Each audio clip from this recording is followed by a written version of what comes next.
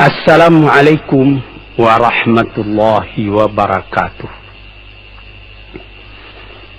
Para pendengar dan peminat kaset yang tengah diputar ini, saya menyatakan rasa bahagia, rasa syukur kepada Allah dapat menyampaikan dakwah saya ini sekarang dengan kaset. Moga-moga dapat tuan-tuan putarkan, tuan-tuan dengarkan ketika tenang-tenang dengan anak-anak di rumah, atau ketika naik mobil, di mobil-mobil yang dapat memasang kaset dalam perjalanan yang jauh, sehingga kecapean dan kepenatan dalam perjalanan pun hilang karena mendengarkan suara ini. Yang akan jadi cerita saya pada hari ini adalah apa yang pernah kejadian di zaman Nabi kita Muhammad sallallahu alaihi wasallam. Di dalam riwayat ada diceritakan bahwa pada suatu hari, kira-kira pukul 9 pagi sepenggalah matahari naik, Rasulullah sallallahu alaihi wasallam berjalan dari rumahnya, dari biliknya, menuju ke dalam masjid beliau yang mulia di Madinah. Ketika itu biasanya ada juga orang yang sembahyang di masjid, sembahyang sunat duha. Tapi umumnya masyarakat sudah keluar dari rumahnya pagi-pagi, bekerja menurut bidang masing-masing. Yang pergi bertani, yang pergi berniaga, yang pergi mengembalakan unta atau kambingnya. Tinggallah beberapa orang saja. Beliau lihat di sudut masjid ada satu orang pemuda sedang duduk tafakur termenung. Mukanya kelihatan muram saja, menunjukkan kesedihan yang terpendam di dalam hatinya. Rasulullah mendekat kepada pemuda yang tafakur itu. Setelah dilihatnya Rasulullah datang, dia pun menengadahkan muka. Rasulullah pun bertanya, "Mengapa di saat begini engkau duduk tafakur dalam masjid? Dan wajahmu kelihatan ada menampakkan kesedihan atau muram durja. Apakah yang engkau derita sekarang ini?" Jadi pemuda tadi menjawab, "Hazanun lazimatni ya Rasulullah wa duyunun." Artinya, aku ditimpa duka cita ya Rasulullah karena utang. Rupanya orang ini berutang. Utang telah lama, janji sudah dekat, persediaan buat membayar belum ada. Itu yang saya menungkan di sini ya Rasulullah. Dengan senyum Rasulullah menjawab, "Sudikah engkau kalau aku ajarkan kepadamu suatu bacaan? Apabila bacaan ini, yaitu berupa doa, engkau baca pagi-pagi, dan nanti petang-petang pun engkau baca pula dengan hati khusyuk, insyaallah hutangmu itu akan terbayar." Tentu pemuda tadi dengan besar hati menjawab, "Tentu ya Rasulullah. Aku senang sekali kalau dapat engkau ajarkan kepadaku apakah doa itu." Lalu Rasulullah membacakan, mengajarkan kepada pemuda itu doa ini. Inilah yang akan saya bacakan pula, mudah-mudahan kita semuanya dapat pula mengambil bacaan ini menjadi bacaan kita. Kita baca pagi, kita baca petang. Apa bunyinya? Allahumma inni a'udzubika minal hammi wal hazani wa a'udzubika minal ajzi wal kasli wa a'udzubika minal bukhli wal jubni wa a'udzubika min ghalabati daini wa qahrir rijal. Sebelum kita uraikan atau kita tafsirkan artinya satu demi satu, baik kita artikan secara keseluruhan lebih dulu. Artinya ialah, ya Tuhanku, aku berlindung kepada Engkau daripada ini. Lalu disebut 8 banyaknya. Yang pertama, aku berlindung kepada Engkau daripada duka cita, daripada kesusahan dan duka cita. Susah dan duka cita, sudah 2. Dan aku berlindung kepada Engkau daripada malas, daripada lemah dan malas, jadi 4. Dan aku berlindung kepada Engkau daripada bakhil, berat mengeluarkan wang, dan daripada pengecut atau penakut, sudah 6. Dan aku berlindung kepada Engkau daripada pengaruh berutang dan daripada kekuasaan orang lain atas diri kita, sehingga kita tidak mempunyai kemerdekaan pribadi lagi. Inilah 8 yang diminta kepada Tuhan. Moga-moga kita jangan diserang oleh penyakit ini. Karena kalau ada ini penyakit yang 8 perkara, itu kita mempunyai pribadi yang lemah. Tidak mempunyai lagi personality yang dapat tegak. Padahal dalam didikan agama kita, tempat kita takut cuma satu, yaitu Allah. Yang lain tidak ada. Yang pertama, susah. Apabila orang telah susah, pikirannya pun sudah tertumbuk. Jalan untuk maju tidak ada lagi. Padahal dalam kehidupan itu, manusia tidak akan berjalan di atas jalan yang datar saja, yang bertaburkan kembang. Kehidupan itu mendaki, menurun, melereng, berenang, melawiti ombak dan gelombang. Itu pasti dalam hidup. Apa yang disusahkan? Kusut, tak ada kusut yang tidak selesai. Keruh, tak ada keruh yang tidak jernih. Apabila pikiran kita telah susah lebih dulu, maka gelaplah jalan yang kita tumpuh ke muka dalam kehidupan tadi. Yang kedua, kita disuruh berlindung kepada Allah daripada duka cita. Yang menyebabkan orang duka cita itu memang banyak. Misalnya, kehilangan barang yang disukai, kematian orang yang disenangi,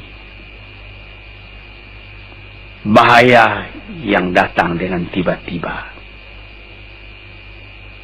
Orang yang ditunggu sudah lama tidak datang. Barang yang dicari tak bertemu, dan lain-lain sebagainya. Lalu tumbuh hazan, duka cita. Kalau kesusahan menjadikan soal yang kita hadapi jadi kusut, kedukaan menyebabkan jalan yang kita tempuh jadi gelap. Ini 2 dua hal yang bisa menghambat, menjadi rintangan bagi manusia di dalam kehidupannya. Lalu yang ketiga, aku berlindung kepada Engkau ya Allah minal ajaz. Lemah. Lemah apa? Lemah fikiran. Tidak ada energi lagi. Tidak ada inisiatif lagi. Menyerah saja. Lemah. Belum dihadapi suatu soal, hati lebih dulu sudah lemah. Merasa itu soal terlalu besar. Padahal kalau dihadapi, tidak ada kusut yang tidak terselesaikan. Tidak ada keruh yang tidak terjernihkan. Yang lebih berbahaya lagi. Yang keempat, apa? Malas. Kalau sudah malas, apa yang akan dikerjakan lagi? Kita duduk saja termenung-menung dalam kemalasan. Lalu angan-angan banyak, cita-cita mati. Angan-angan hendak terbang, padahal sayap tidak ada. Angan-angan hendak mempunyai ini, hendak mempunyai itu, hendak mempunyai Mercedes-Benz, hendak mempunyai rumah besar. Tapi ikhtiar tidak ada. Sebab itu ada pepatah dari orang tua-tua kita di zaman dulu. Dikatakannya, mati, ini di zaman penjajahan dulu nih. Mati Belanda karena pangkat, katanya. Mati Cina karena kaya, katanya. Mati Keling karena makanan, katanya. Mati Melayu atau Indonesia karena angan-angan. Ini dia. Angan-angan karena malas saja, berangan-angan. Tapi malas. Jadi tidak jadi. Dan itu membentuk juga kepada diri kita. Orang pemalas itu jalannya lunglai saja, matanya muram saja, tak jauh dia memandang. Ini penyakit. Itu 4 penyakit. Lantas dikatakannya lagi yang nomor 5 dan nomor 6. Wa a'udzubika minal bukhli wal jubni. Dan aku berlindung kepada Engkau daripada bakhil dan pengecut. Ini lebih berbahaya lagi. Dikumpul-kumpulnya harta banyak-banyak. Maksudnya tadi hendak menguasai harta itu. Lama-lama dengan tidak disadarinya, harta itulah yang menguasai dia. Dia menjadi bakhil. Siang malam tidak ada kesenangan, cuma sibuk cari uang.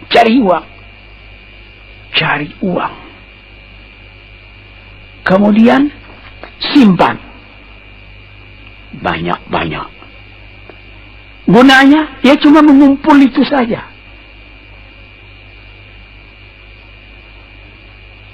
Akhirnya berapa banyaknya orang yang mengumpul harta banyak-banyak, faidahnya tidak didapatnya. Saya ingat cerita dahulu 40 tahun yang lalu ketika saya masih tinggal di kota Medan. Ada satu orang kaya mengumpul harta. Terkenal dia kaya di Medan, beberapa buah rumah, puluhan rumah yang dipersewakannya. Dan ada lagi harta-harta yang lain. Dia berjalan di jalan raya kota Medan itu dengan jalan kaki pakai payung satu. Padahal orang sudah mulai membeli mobil. Entah Cadillac lah, entah Chevrolet lah. Model-model yang terkenal sebelum perang. Anaknya mengambil faidah dari kekayaan ayahnya. Dia beli mobil dengan uang ayahnya. Lalu orang bertanya, Tuan, anak Tuan sudah naik mobil, Tuan masih jalan kaki. Apa jawab si bakhil tadi? Saya anak orang miskin, anak saya anak orang kaya, katanya. Nah, inilah orang yang bukan lagi mencari harta buat menguasai harta itu, tetapi dia mencari harta buat dikuasai oleh harta itu. Yang nomor 6 lebih jahat lagi. Apa? Jubun, pengecut. Pengecut ini menjadikan separuh dari kehidupan manusia menjadi gagal. Ada pepatah orang, kalau engkau berniaga atau berusaha, meskipun modalmu tadinya tidak ada, asal engkau berani, itulah modal utama dalam hidup. Sesuai dengan pepatah Melayu atau pepatah Indonesia lama, dia katakan,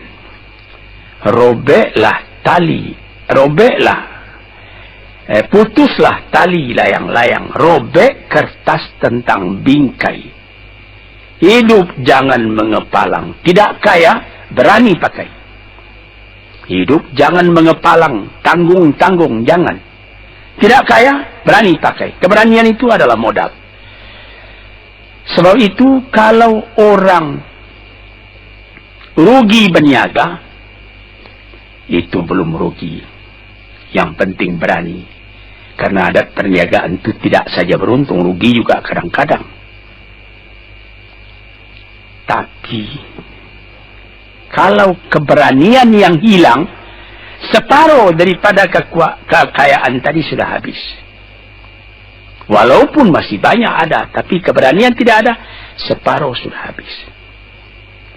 Akhirnya, walaupun kekayaan besar, tapi kepercayaan hilang. Itu namanya habis, tidak ada lagi.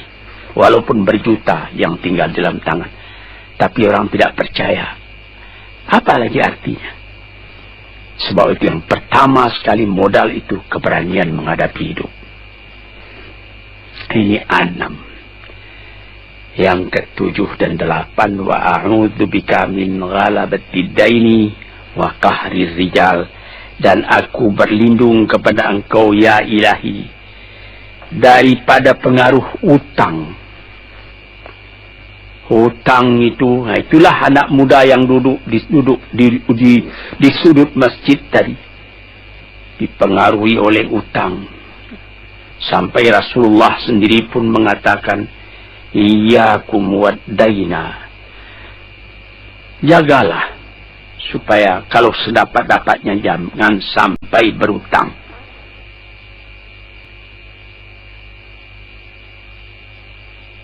Bisa juga berutang kalau keberanian tidak ada, dan berani itu membuka jalan buat mencari bayarnya.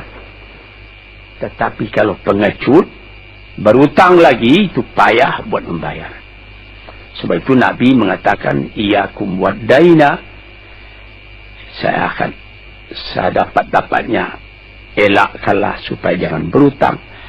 Fa innahu hammun bil laili wa madhallatun fin nahari. Hutang itu susah pada malam hari, mata tidak mau tidur. Dengan apa imbangan hutang tadi, berapa utang, berapa yang akan diterima, sehingga mata tidak mau tidur malam itu memikirkan hutang. Akhirnya madhallatun fin nahari, kalau siang hari badan berasa hina, tak berani keluar dari rumah. Kota Jakarta yang begitu besar, bersilang siur, jalan-jalan raya, jalan Tamrin, Diponegoro, Imam Bonjol, Cut Mutia, dan lain-lain nama jalan. Ada orang yang jalan itu bertambah lama, bertambah kecil jumlahnya. Kalau orang lain mempunyai 100 macam jalan, dia paling tinggi cuma 2 saja jalan yang dapat jalani. Jalan dari rumahnya ke tempat yang tertentu, ke lain dia tidak berani. Kenapa? Karena ada tempat dia berutang. Jadi dikatakan dalam hadis itu, Orang berhutang malam tak mau tidur, siang malu sama orang. Takut akan ditanyai, takut akan dicari. Ataupun dia berbenam di rumah. Datang orang menunggu piutang. Dia bilangkan kepada pembantunya atau kepada anaknya, katakan bapak tidak di rumah. Anak yang tolol atau pembantu yang tolol menjawab, mana bapak? Dia suruh bilangkan bahwa bapak tidak ada di rumah. Kata anak tadi, betapa susah. Lantas yang nomor 8, wa qahrir rijal. Kita tidak mempunyai lagi kemerdekaan diri buat menyatakan perasaan kita, karena kita segan kepada orang. Kita terlalu banyak berutang budi kepadanya. Kita terlalu banyak mendapat hadiah daripadanya. Kita terlalu banyak dan lain-lain. Sehingga mulut kita jadi tertutup, tak dapat bercakap lagi. Ditekan oleh hutang budi kepada orang tadi. Kemerdekaan diri tidak ada lagi. Inilah 8 perkara yang ditunjukkan oleh Nabi Sallallahu Alaihi Wasallam kepada pemuda yang duduk tadi. Dapatlah kita mengambil pedoman dalam kehidupan kita sendiri, bahwa yang amat penting lebih dahulu ialah kemerdekaan jiwa. Kalau sekiranya di dalam negara yang telah merdeka, kita sama sekali menyorakkan, meliuk lambaikan kemerdekaan di mana saja kita pergi.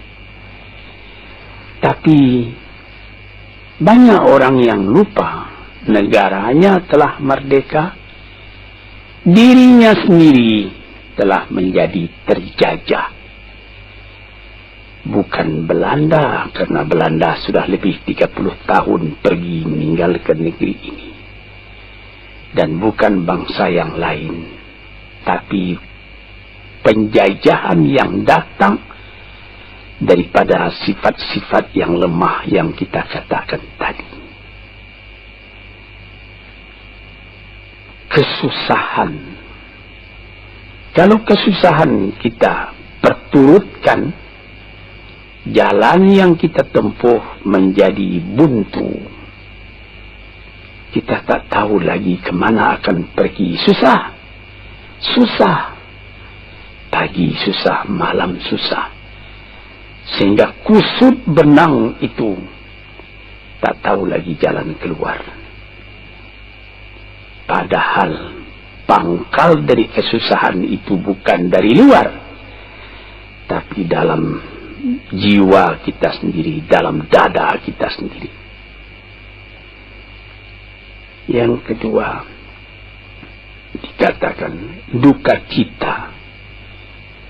Saya teringat kepada satu pantun Melayu atau pantun Indonesia.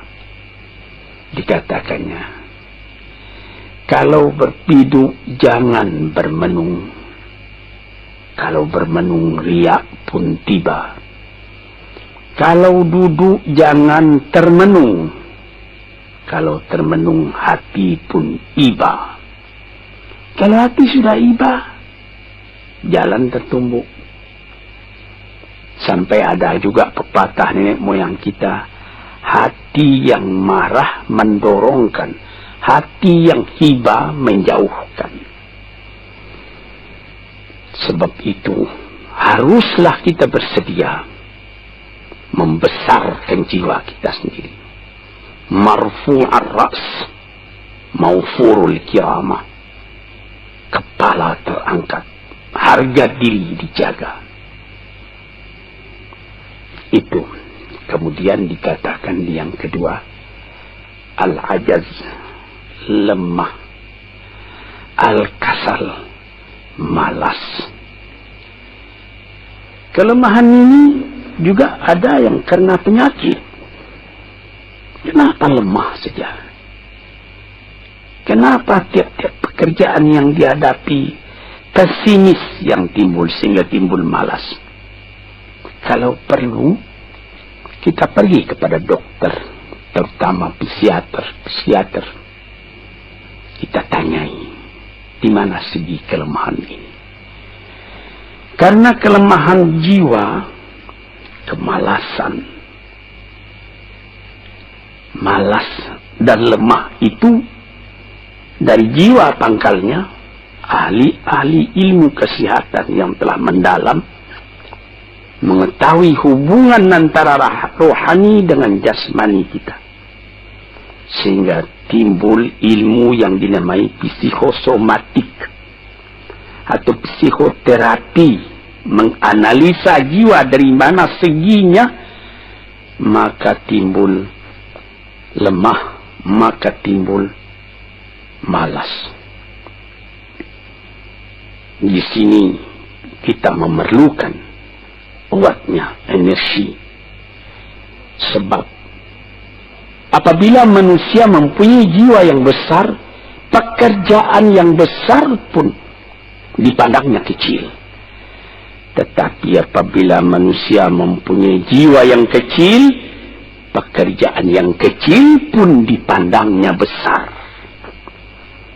Kita misalkan saja kedua orang pemimpin yang kita cintai dan kita hormati, proklamator kita Bung Karno dan Bung Hatta. Mereka mempunyai jiwa-jiwa yang besar. Sebab itu mereka memproklamirkan kemerdekaan Indonesia. Indonesia yang besar yang terjadi daripada puluhan ribu pulau, dengan 45 kata perkataan, 45 patah perkataan. Dengan ini kami menyatakan kemerdekaan Indonesia. Tapi kalau beliau misalnya orang yang berjiwa kecil, dia akan bertanya, bagaimana bisa Indonesia merdeka? Kita sudah miskin, melarat, dulu dijajah Belanda, kemudian ditekan Jepang. Kapan? Dia berkaji itu pekerjaan yang detail-detail, yang kecil-kecil, dia anggap itu besar. Nah, ini misalnya. Maka orang-orang yang ajaz, yang lemah, atau yang kasar, yang pengecut, yang pemalas, tidak dapat mengerjakan pekerjaan yang besar-besar. Nah, kemudian yang kelima dan keenam, wa a'udzubika minal bukhli. Aku berlindung kepada engkau daripada bakhil. Menerima mau banyak-banyak, mengeluarkan paling sedikit. Dia anggap, sebagaimana saya katakan tadi, tadinya dia menguasai harta. Akhirnya dengan tidak disadarinya, dia yang dikuasai oleh harta. Akhirnya orang yang begini karyanya cuma mengumpul-ngumpul harta saja. Kumpulkan harta banyak-banyak, kemudian Tuhan memanggilnya kembali ke akhirat, mati, tidak ada harta tadi yang dibawanya. Tinggal menjadi perselisihan di antara anak dan cucu. Di hari-hari yang pertama, anak tadi menangis. Ayahnya telah mati. Tapi di hari yang kedua dan ketiga, dia tidak menangis lagi. Dia berpikir, di mana kunci ditaruh ayah? Di mana simpanan ayah? Berapa peninggalan ayah? Lalu dia berkelahi. Anak tadi. Nah ini, karena si ayah tadi bukhul, bakhil. Nikmatnya orang lain yang merasai, dia sendiri sengsara diperintah oleh hartanya itu. Apatah lagi yang keenam, jubun, pengecut. Dia berjalan siang, dia berjalan malam hari. Kelihatannya olehnya pohon kayu bergerak-gerak. Disangkanya itu hantu. Dia lari, lari terus. Bertambah lari, bertambah takut. Akhirnya dia pingsan karena sudah lari itu. Dia tidak ada apa-apa oleh orang yang berani. Ini orang yang gagal di dalam perjalanan hidupnya. Karena penakutnya, karena pengecutnya itu. Padahal Di dalam keterangan agama sendiri, orang-orang yang beriman kepada Allah dikatakan la tahinu wa la tahzanu wa antumul a'launa in kuntum mu'minin. Jangan engkau merasa lemah, jangan engkau merasa duka cita, jangan engkau merasa pengecut. Engkau tinggi kalau engkau beriman kepada Allah Subhanahu wa ta'ala. Dengan iman kepada Allah Ta'ala itu kita melihat alam dalam keindahannya, dalam kekecilannya. Yang besar cuma Allah. Kita tidak takut karena tidak ada satu bahaya yang akan menimpa kepada diri kita kalau tidak Tuhan yang menentukan. Ini pokok tuan-tuan para pendengar kaset yang saya muliakan. Kemudian di nomor 7 dikatakan kita berlindung kepada Allah daripada pengaruh hutang. Alangkah kecilnya jiwa orang apabila dia telah berutang kepada orang lain. Dibikin janji tanggal sekian akan dibayar, tanggalnya sudah dekat, persediaan belum ada, lalu timbul kecil jiwa sekali lagi. Apatah lagi qahri rijal yang nomor 8. Yang ke-8 sebagaimana telah kita uraikan tadi ialah qahri rijal, pengaruh orang lain kepada diri kita sendiri, sehingga kita tidak berani lagi menyebut kebenaran, tidak berani lagi mengatakan yang hak. Lidah telah tertutup, mulut telah penuh dengan air sehingga tidak dapat dibuka lagi. Segan, kita sudah terlalu banyak berutang budi kepada orang. Walaupun sudah jelas perbuatan orang itu salah misalnya, kita tidak berani lagi menegur.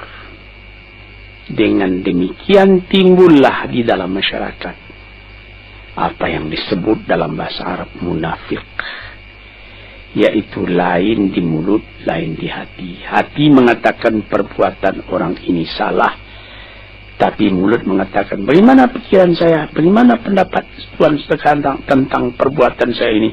Baik Bapak, ini bagus Bapak, itu sudah betul Bapak. Padahal tidak. Ini kecelakaan yang nomor 8. Kita minta kepada Allah supaya kita dilepaskan dari pengaruh-pengaruh orang, pengaruh manusia, sehingga kita tidak berani lagi menyebut apa yang benar itu. Padahal di dalam hadis dikatakan qulil haqq walau kana murran. Katakan yang benar itu walaupun pahit sekalipun. Ini murah menyebutnya, tetapi kalau jiwa sudah tertekan tidak berani menyebutnya lagi. Para pengikut kaset yang tercinta, itulah 8 perkara diperingatkan, dituliskan, diajarkan, disuruh hafal oleh Nabi kepada pemuda yang beliau dapati termenung duduk seorang diri tadi. Dengan patuh dia turuti kehendak Nabi, dia baca itu tiap pagi, dia baca itu tiap sore, dia pahamkan apa isinya. Lalu timbul energi baru dalam dirinya, semangat yang baru. Langit pun kelihatan cerah, bintang pun kelihatan berkelap-kelip, matahari pun kelihatan bercahaya, dan dia sudah melihat kehidupan ini dengan mata yang terang. Kemudian dia bertemu dengan Nabi, ya Rasulullah, saya mengucapkan terima kasih. Penyakit-penyakit tak ada pada saya lagi. Utang saya sudah terbayar. Dan saya akan memulai hidup yang baru. Inilah jawab dari pemuda tadi. Dan inilah jadi pedoman pula bagi kita kaum muslimin. kalau kita terjadi pada diri kita beberapa hal, salah satu dari yang 8 perkara itu, baca doa ini pagi, baca doa ini petang, lalu berusaha, jangan cuma berdoa, berusaha, berdoa dan berusaha, Allah akan membukakan kepada kita pintu rahmatnya, memberikan nikmatnya yang berlipat ganda, sehingga segala sesuatu yang di kiri kanan kita menjadi kekayaan, menjadi inspirasi buat maju ke depan di dalam kehidupan ini. Bapak-bapak, saudara-saudara pendengar kaset yang saya muliakan, moga-moga pengaruh dari hadis ini, daripada doa ini, masuk ke dalam diri saudara, dan saudara menjadi orang muslim dan merdeka yang sejati. Sekianlah pandangan saya, moga-moga ada manfaatnya bagi para pendengar dan peminat kaset yang tercinta. Assalamualaikum warahmatullahi wabarakatuh.